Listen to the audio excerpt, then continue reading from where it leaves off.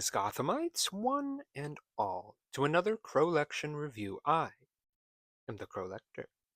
And today, I'm going to be looking at the new MAFEX Batman Hush Scarecrow figure by Medicom. Now, I'm a bit of a newbie when it comes to MAFEX. For the most part, I like the look of them. On live action characters, I think sometimes the likeness can be a little bit off. Maybe the paint is a bit heavy or the face printing isn't quite right. I'm not quite sure what it is exactly. But for the more stylized figures like these, I think the likeness is much more spot on. Being an import figure, the prices are also definitely a factor in how many I collect. Most Mafex figures I see run anywhere from like $80 to $120 on average, which is definitely a pretty penny for just one figure, even by today's standards. But to balance it out, they are quite well made.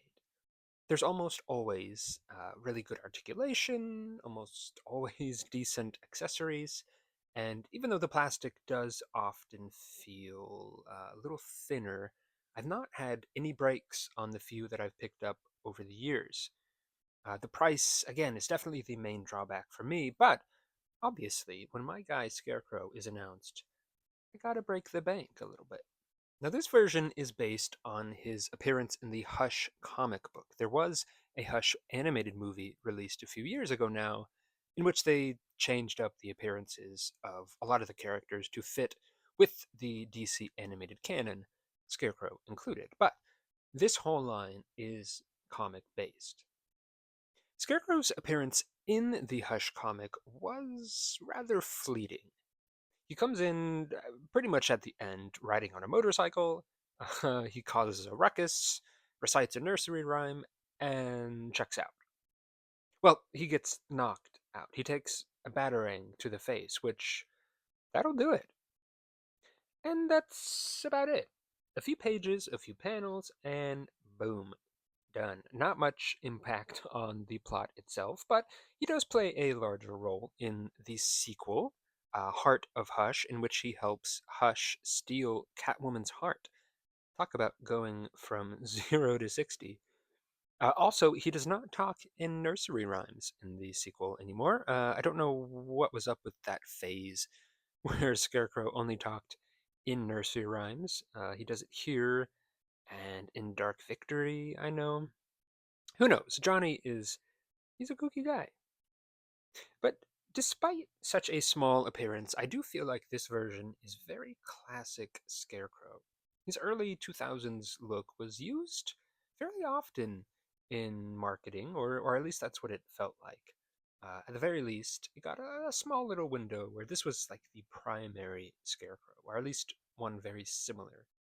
Now, we did get his Hush look previously in the DC Direct Hush line from way back in the day, around the time that the comics were coming out. Obviously, this new one is much more articulated, much more detailed, much closer held to the standards of the toy industry today. Accessory wise, this guy is definitely light, and that is a bit of a bummer. I'm not necessarily someone who considers extra hands an accessory per se. I do think it's just an extension of the figure itself, but that is all he comes with: extra hands and an extra head. He was actually a little more expensive than some of the other figures in the line, running me about $120, and he'll probably cost you the same depending on where you get him. For him to come with less stuff than a lot of the other figures means that that price hurts all the more. But that being said, in the spirit of fairness, I don't really know what else he could have come with. Like I said, he is barely in the comic, and unless they were going to make this a deluxe and include Huntress's motorcycle, which definitely would have bumped the price even more, that's about it. He does use a scythe in the movie, but not in the comic. And granted, the original figure did not come with anything either. You just got a stand. There was this extra little piece of straw that stuck out on his temple here.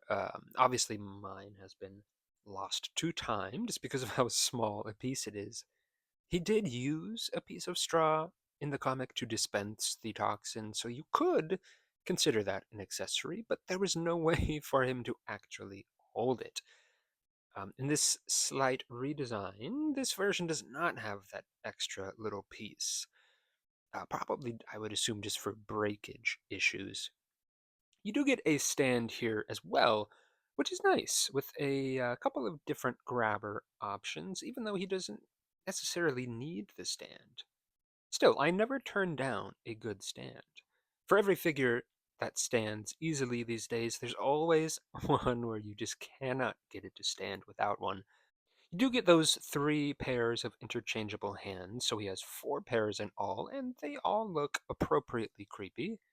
You've got these like long, spindly fingers that are very spider-like or facehugger-like. He's also got 2 swappable heads, 3 in all. Comes with a nice smiling one, like it's school picture day. And then there's a screaming slash yelling slash maniacal laughter head, which very cool, probably my preferred look. And then you get an unmasked head. One thing about Scarecrow is they love to unmask the guy. The poor guy just seems to lose all of his power once that mask comes off. To be honest, this is probably something I will never display him with. Not only did it only appear for maybe 1 or 2, maybe 3 panels in the comic, but it's also just not very visually interesting. Certainly when compared to the mask, but it's nice that they included it. It kind of looks like Adam Driver a bit. I think he'd be a good Scarecrow. Very intense, but very good. Looks like he's smelling something rotten here. Maybe Joker farted. I don't know.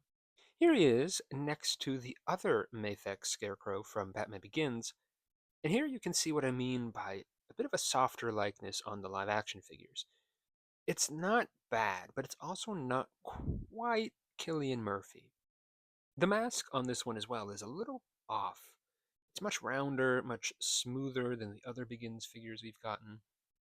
But all in all, it's still a nice figure, and Mafex certainly has made some progress in the quality area since he was released. Sculpt-wise, you get all those little scarecrowy bits that you would expect. Stitching, the ropes, the straw hair, which does look quite nice here. It looks like straw, not like a yellow blob or french fries like it sometimes can.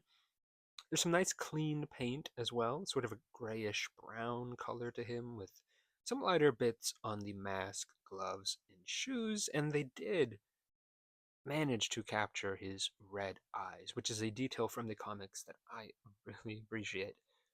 That said, he's actually not a direct adaptation of the comic version, at least in the head sculpt.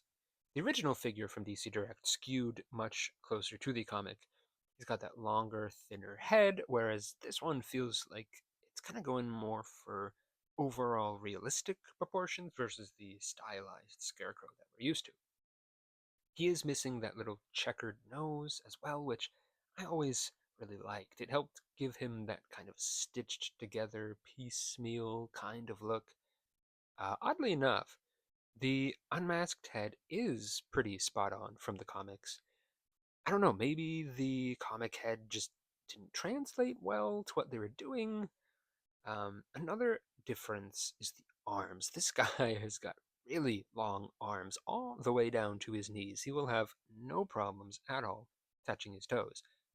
Whereas the original figure had much longer legs.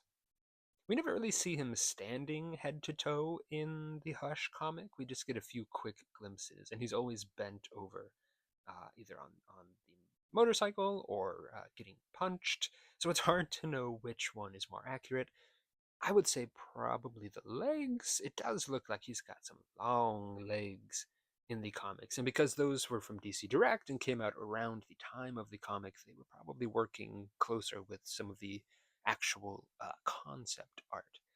Those long legs, I think, make him look more twig like, where this one almost resembles like an orangutan in a weird way.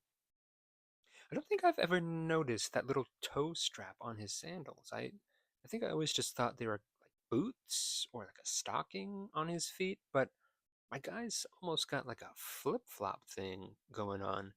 Truly, truly scary. The place where MAFEX figures always excel, though, is in the articulation department, and he has got some very nice range of motion. And I think that's where this figure really comes alive, is in the posing. Scarecrow is always striking all sorts of kooky, crazy poses. Some more! No! He's got some nice, almost butterfly joints on the shoulders.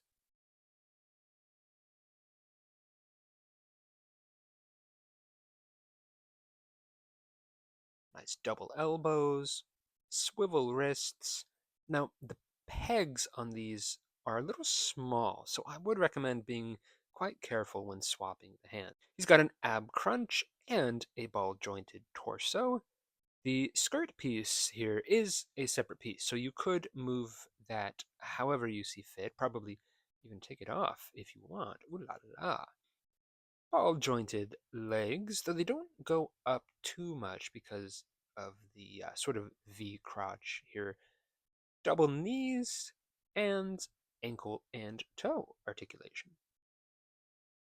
All in all, I do like the figure. It's a nice, classic looking scarecrow that can fit into a handful of collections, whether it's your Hush shelf or just sort of a general Batman or DC villain shelf. Is he perfect?